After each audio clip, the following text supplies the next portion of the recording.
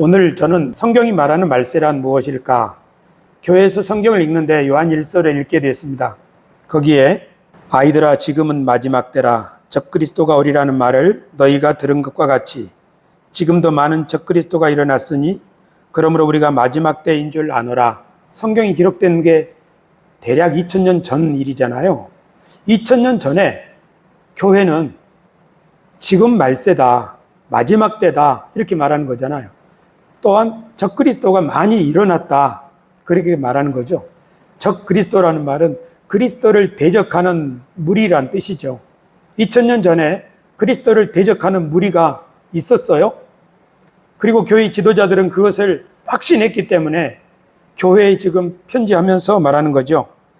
적그리스도가 많이 일어났기 때문에 지금이 말세다. 성경은 왜 2000년 전에 자기들의 시대가 말세라고 했을까? 이것이 오늘의 주제입니다. 이 문제를 다루기 전에 말세가 되면 누가 오시죠? 예수님이 오시죠. 구약 성경을 읽어보면 이스라엘 백성들은 기다리는 사람들이었습니다. 민수기에 보면 여호와여 이스라엘 종족들에게로 돌아오소서. 성막을 광야에 치고 나서 다 친 다음에 이제 하나님이 여기 오실 차례입니다. 하나님 우리에게 오십시오. 그래서 그 하나님의 영광, 히브리 말로는 쉐키나라고 하는데요. 그 빛나는 영광이 성막 위에 임재할 때 비로소 이스라엘 자손들은 안도하고 야, 하나님 우리와 함께 하시는구나. 우리에게 오셨구나. 그렇게 하고 일상을 살아가는 거죠. 시편에도 여호와여 돌아오소서 언제까지니까 주의 종들을 불쌍히 여기소서. 이 시편의 기도는 현재 자신들의 삶 가운데 하나님이 떠나 있다고 느끼는 거죠. 그러니까 하나님이 오시라고 말하는 거죠. 하나님이 오시면 좋은 일이 있기 때문이죠. 이스라엘 백성들은 하나님이 우리와 함께 하신다면 너무 좋겠다. 이 세상에 그보다 큰 복은 없구나. 그렇게 믿는 사람들입니다. 그런데 어떤 때, 예를 들면 나라가 망했거나 적군이 나라를 짓밟았거나 할 때는 이스라엘 백성들이 생각하는 거예요. 하나님이 우리를 떠나신 것 아닌가. 그래서 하나님께 돌아와 달라고, 우리를 불쌍히 여겨 달라고 그렇게 기도하는 거죠. 이것이 하나님의 백성들입니다. 하나님의 사람들은 하나님 제게 오십시오. 그렇게 기도하는 사람들입니다. 여러분들은 어떻습니까? 하나님이 여러분에게 찾아와 주시면 좋겠습니까? 아니면 하나님 문 밖에 좀 계시고요. 우리는 참 우리끼리 있을게요. 이렇게 하면 좋습니까? 하나님이 나에게 오시면 좋습니까? 아니면 조금 떨어져 계시면 좋습니까? 오시면 좋지요. 하나님이 너무너무나 좋으신 분이기 때문이죠. 그런데 하나님의 백성들이 죄 짓고 있다면 하나님이 오시라는 기도를 할 수 있을까요? 실제로 이스라엘 백성들은 범죄의 한 경력이 있는 백성이죠. 그래서 예언자들은 이렇게 말했습니다. 슬프다 그날이여 여호와의 날이 가까웠나니 곧 멸망같이 정능자에게로부터 이르리로다. 또 화 있을진저 여호와의 날을 사모하는 자여 너희가 어찌하여 여호와의 날을 사모하느냐. 그날은 어둠이요 빛이 아니라. 지금 예언자들은 이스라엘 백성들에게 말하는 거예요. 하나님이 너희에게 오신다면 그날은 너희에게 진짜 큰일이 될걸? 너희가 멸망받을 날이 될걸? 그런 거죠. 그러니까 어떤 사람은 하나님을 진심으로 와달라고 기도하는 사람이고 어떤 사람은 설령 말은 그렇게 할지라도 하나님 오시지 않았으면 좋겠다고 그렇게 생각하는 거예요. 왜냐하면 여호와의 날은 어떤 사람에게는 기쁨의 날이지만 어떤 사람에게는 심판의 날이 되기 때문이죠. 지금 저는 뭐에 대해서 말씀드리고 있냐면 말세, 즉 하나님이 우리에게 오시는 날, 예수님이 오시는 날에 대해서 말하는 거예요. 예수님이 오시는 날 또는 하나님이 오시는 날은 어떤 사람에게는 칭찬의 날이지만 구원의 날이지만 어떤 사람에게는 두려움의 날이라는 말이죠. 그런데 예수님도 인자가 오리라는 말씀을 하셨습니다. 이 동네에서 너희를 밖에 하거든 저 동네로 피하라. 내가 진실로 너희에게 이르노니 이스라엘의 모든 동네를 다 다니지 못하여서 인자가 오리라. 아멘. 누구에게 하시는 말씀일까요? 이스라엘의 모든 동네를 다니면서 복음을 전하는 제자들에게 하시는 말씀이에요. 그러니까 너희가 이스라엘의 모든 고을에 복음을 전할 텐데 실망하지 마라. 내가 곧 올 테니까. 너희가 이거 다 끝내기 전에 오겠다. 이것은 주님이 오신다는 말씀은 어떤 임무를 맡은 사람들에게는 희망이고 격려예요. 성동구청 신우회야, 너희들이 소수라고 두려워하느냐? 너희들의 수고가 헛되지 않도록 내가 속히 오겠다. 이러면 좋겠죠? 성동구에 하나님의 영광이 충만하게 드러나기 전에 내가 와서 너희를 도울 거야 라고 주님이 말씀하시면 우리에게 큰 위안이 되겠죠. 아마 제자들도 주님이 오신다고 그랬어. 예루살렘, 아니 이스라엘 다 다니기 전에 주님이 오신다는 기대를 가지고 사는 사람들은 훨씬 용기를 가지고 삶을 감당할 수가 있었겠죠. 마태복음 24장에서도 이러므로 너희도 준비하고 있으라. 생각하지 않는 때에 인자가 오리라. 포도원의 비유를 하면서 주님이 오신다 하는 말씀을 하신 거죠. 그러니까 주님의 오심을 기다리는 사람들을, 그러니까 확실히 믿는 사람은, 그것도 곧 오신다 이걸 믿는 사람들은 성실히 일하고 즐거워하는 거예요. 왜냐하면 금방 오시니까. 그러나 인자가 오리라 하는 것을 기대하지 않는 사람들은 어떻게 하는 거예요? 술 먹고 또 게으르게 그 포도원을 관리하지 않는 거죠. 이처럼 예수님의 말씀 가운데에는 주님이 오실 것을 기다리는 신앙이 얼마나 중요한가 하는 것을 여러 번 말씀하고 있습니다. 저는 오늘 우리들이 주님의 오실 것을 기다리는가? 10을 기준으로 봤을 때 5 기다림, 3 기다림, 도대체 얼만큼 주님이 오시기를 기다리고 있을까? 그 게이지가 저는 굉장히 낮을 것 같다는 생각이 들어요. 그렇게 된다면 그 기대가 없을 경우에는 일꾼들은 쉽게 지치고 그 기대가 연약할 경우에는 책임자들은 게으르게 일할 수도 있어요. 저는 우리 그리스도인들에게 이 말세 또는 재림 신앙이 굉장히 중요하다고 생각해요. 엉뚱한 길에 빠지지 않기 위해서도 중요하지만 우리 신앙이 나태해지지 않기 위해서도 중요하다 생각합니다. 그런데 예수님은 제자들에게도 인자가 오리라 말씀하셨지만 예루살렘에게도 말씀하셨습니다. 그러니까 예수님의 복음을 거절한 도시에게 이렇게 말씀하셨죠. 그날 환난 후에 즉시 해가 어두워지며 달이 빛을 내지 아니하며 별들이 하늘에서 떨어지며 하늘의 권능들이 흔들리리라. 그때 인자의 징조가 하늘에서 보이겠고 그때 땅의 모든 족속들이 통곡하며 그들이 인자가 구름을 타고 능력과 큰 영광으로 오는 것을 보리라. 그 인자가 오는 것을 보면 이 사람들은 어떻게 되겠어요?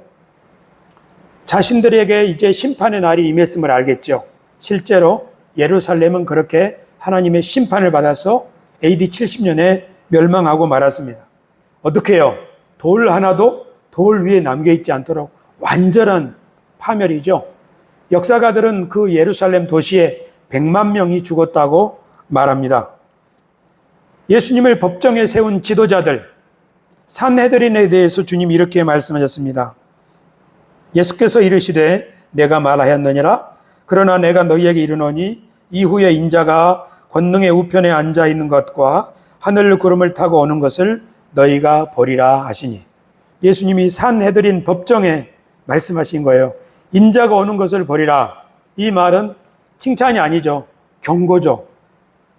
주님이 권능을 가지고 오는 날 너희가 심판을 받으리라는 거죠.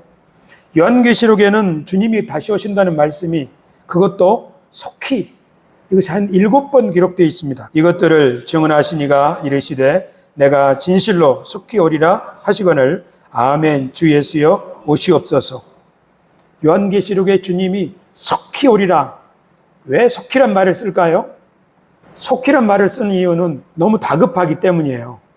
속히 오지 않으면 이 사람이 지금 견디지 못하기 때문이죠. 우리는 로마의 황제들이 어떻게 교회를 박해했는지, 또 교회가 어떻게 예루살렘 공동체에서 쫓겨났는지 박해 상황을 들었습니다. 그래서 그 절체절명에 있는 사람들한테는 주님이 말씀하시는 거예요. 속히 오겠다고요. 여러분, 주님이 속히 오신다고 말씀하셨다는 사실을 기억하시기 바랍니다. 요한계시록 마지막 22장에 이런 말씀이 있습니다. 보라, 내가 속히 오리니 내가 줄 상이 내게 있어 각 사람에게 그가 행한 대로 갚아주리라. 주님은 속히 오신다. 그래서 갚아주겠다. 그러니까 행악자들에게는 심판으로 갚으시게 할 것이고, 그리고 충성된 사람들에게는 상으로 갚아주시겠죠. 성경이 들려주는 인류 역사는 창조로부터 시작해서 새 창조의 완성으로 끝나게 되는데요. 그 안에 노아의 홍수도 있고 출애굽도 있고 많은 이야기들이 있습니다. 그 이야기들은 하나님이 인류 역사에 개입하신 사건입니다. 오늘날 우리가 세계사를 배울 때, 세계사 말이에요. 세계사 배울 때 하나님이 역사에 개입한다는 얘기를 하면 학계에서 퇴출되겠죠.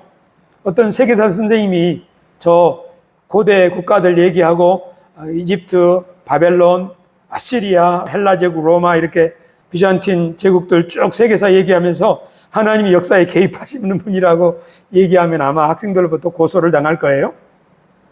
하지만 성경은 하나님이 이 세상을 창조하셨고, 그리고 마지막에 완전히 새롭게 창조하시는데 그 중간에 하나님이 개입하시고 어떤 나라들은 심판하신다는 그 이야기를 들려주고 있습니다. 하나님이 역사를 주관하시는을 여러분 믿습니까? 그리스도인들에게는 이것보다 큰 희망은 없습니다. 하나님이 역사를 주관하시는 분이라고요. 하나님이 대한민국을 주관하심을 믿습니까? 우리 선배들은 하느님이 보호하사 우리나라 만세 애국가를 만들었잖아요. 하나님이 성동구청을 주관하고 계심을 믿습니까? 그들이 우리 신호회 회원들입니다. 그래서 우리 신호회는 하나님 우리 성동구청을 붙들어 주시고 성동구청의 공직자들이 이 일을 잘할 수 있게 도와달라고 하나님께 의탁하는 거죠. 그런데 문제는 2000년 전에 말세라고 그랬는데, 즉 2000년 전에 주님이 오신다고 그랬는데 주님이 오셨습니까? 안 오셨죠. 지금 2000년이 지났는데 그럼 앞으로 또 얼마나 기다려야 될까요? 이 문제예요. 2000년 전에 말세라고 그랬는데, 그때 주님이 오신다고 그랬는데 어떻게 된 걸까? 그래서 제가 말세 방정식을 그려봤어요. 몇 날을 고민하면서 만든 말세 방정식이에요. 자, 봅시다.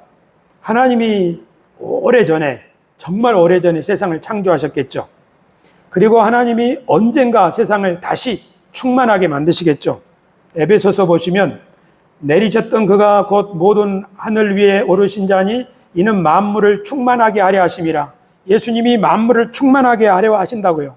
창세기에는 생육하고 번성하여 땅에 충만하라 하고 충만을 명하셨죠. 그래서 하나님이 세상을 헬라어로는 플레로마, 그런데요, 충만한 세상을 만드시고 중간에 문제가 있지만 앞으로 충만하게 하실 것, 그것이 알파와 오메가인데요. 근데 그 중간에 노아의 심판, 바벨론, 소돔, 또 애굽의 심판, 이스라엘의 심판, 금방 우리가 읽은 대로 예루살렘의 심판, 로마 제국의 심판, 하나님이 계속 심판을 하셨다는 것을 우리는 생각해 볼 수 있어요. 이 수학 시간에 배운 사인 곡선이죠. 근데 사인 곡선은 이것만 따로 읽으면 뭐예요? 죄예요, 죄. 죄가 가득하면 하나님이 심판하신다는 거예요.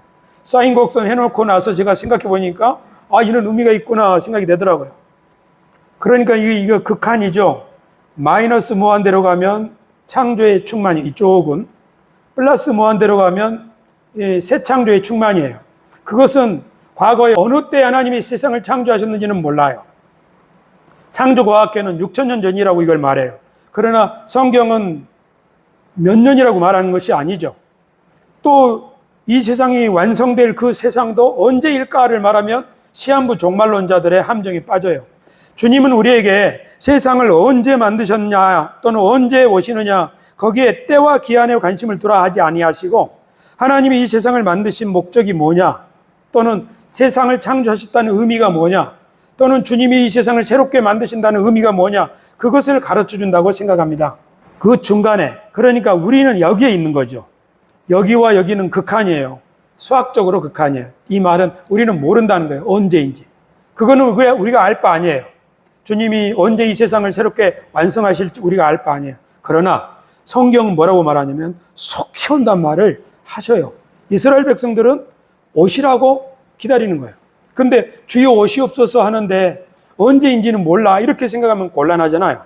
그러니까 기독교 신앙은 뭘 말하는 거냐면 주님이 매 시대 그 시대에 죄가 관영할 때마다 적그리스도가 나타날 때마다 그때마다 속히 오셔서 그것을 바로잡으신다고 말씀하시고 성도들은 그걸 믿는 거예요. 너무 분명하게 믿기 때문에 굴복할 수 없는 거예요.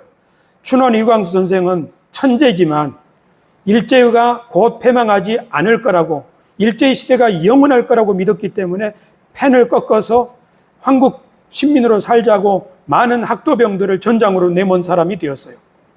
그러니까 천재라도 주님이 속히 오신다는 약속을 믿지 못하면 이 세상에 굴복하고 마는 거예요. 기독교 신앙은 주님이 속히 오신다는 것을 믿는 신앙이에요.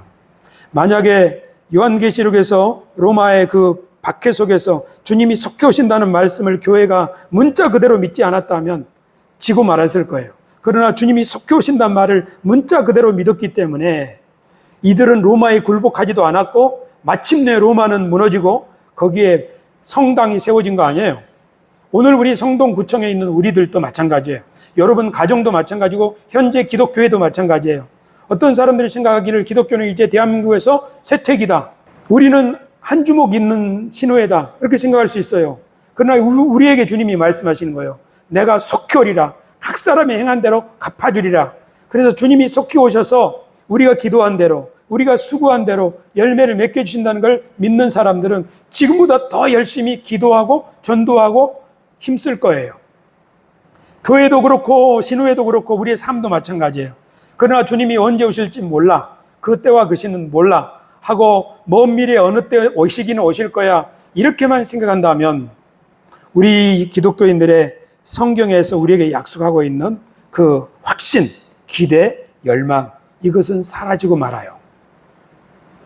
신우회 멤버 여러분, 주님이 우리들에게 속히 오신다는 사실을 믿으시기 바랍니다. 그래서 총무님의 눈물 어린 기도를 응답해 주시는 거예요. 총무님에게 주님이 속히 오셔가지고 뭘 해 주시면 좋겠어요? 야, 수고했으니까 내가 서울 시내 아파트 한 채 줄게. 그게 상이겠어요? 아니죠. 총무님에게 주님이 속히 오신다면 그래, 내 대를 이어갈 든든한 총무가 여기 있다. 그리고 내가 그토록 바라는 그 42세 밑으로 멤버들이 세워져 있다. 자, 내가 은퇴해도 신우에는 미래가 보이지 않느냐? 그것이 주님이 속히 오셔서 주님이 주실 상이라고 믿습니다. 카타콤, 지하에서 신앙생활하던 그 그리스도인들에게 소원이 뭘까요? 주님, 우리는 땅속에서 태어나서 땅속에서 예배하고 땅속에서 죽습니다. 우리들이 언제 땅 위에 올라가서 하나님을 마음껏 찬송할 날이 오겠습니까? 그거 기도겠죠. 그리고 그들의 기도대로 땅 위에 나와서 교회가 세워지고 황제가 예배당에 참여하는 세상이 열리지 않았습니까? 우리 대한민국도 마찬가지고 우리 성동구도 마찬가지고 우리들의 교회도 마찬가지입니다. 주님이 속히 오신다는 이 말세방정식을 제가 새로운 의미로서 제시하는 건데요. 이 말은 뭐 새로운 이론을 말하는 것이 아니라 성경에 주님이 속히 오신다는 말씀이 우리들에게도 2000년 전에도 현실이라는 사실을 굳게 믿고 살아가자 하는 의미로 이해해 주시기 바랍니다. 기도하겠습니다. 존귀하신 주님, 하나님 살아계셔서 지금도 우리의 기도를 들으시고 지금도 의인은 하나님의 회중에 들게 하시고 악인은 하나님의 회중에 들지 못하게 불꽃 같은 눈동자로 살피시는 주님, 악인은 심판하시고 의인은 백향목같이 번성하게 하시는 주님을 믿습니다. 주님이 2000년 전에 속히 오셔서 카타콤의 성도들에게 응답하여 주시고 제자들에게 속히 오셔서 그들의 수고가 헛되지 아니하여 한 움큼의 신자들이 온 세상을 복음화할 수 있는 기독교회의 국가를 만든 것처럼 오늘 성동구청에 있는 우리들, 주님이 우리의 간절한 기도와 찬송과 우리의 예배를 받아주시어 성동구청이 마침내 하나님의 영광으로 충만하며 하나님의 대리인들로서 이 세상을 생명 가득한 땅으로 만들어가는 주님의 일에 동참할 수 있는 위대한 구청이 될 수 있도록 이 일에 우리 신우회가 쓰임받게 하여 주시옵소서.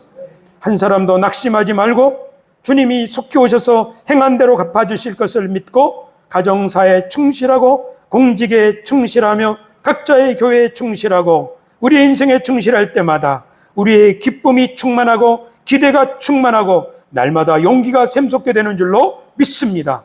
우리들 주여 끝까지 함께하여 주옵소서. 우리 주 예수님의 이름으로 기도드리옵나이다. 아멘.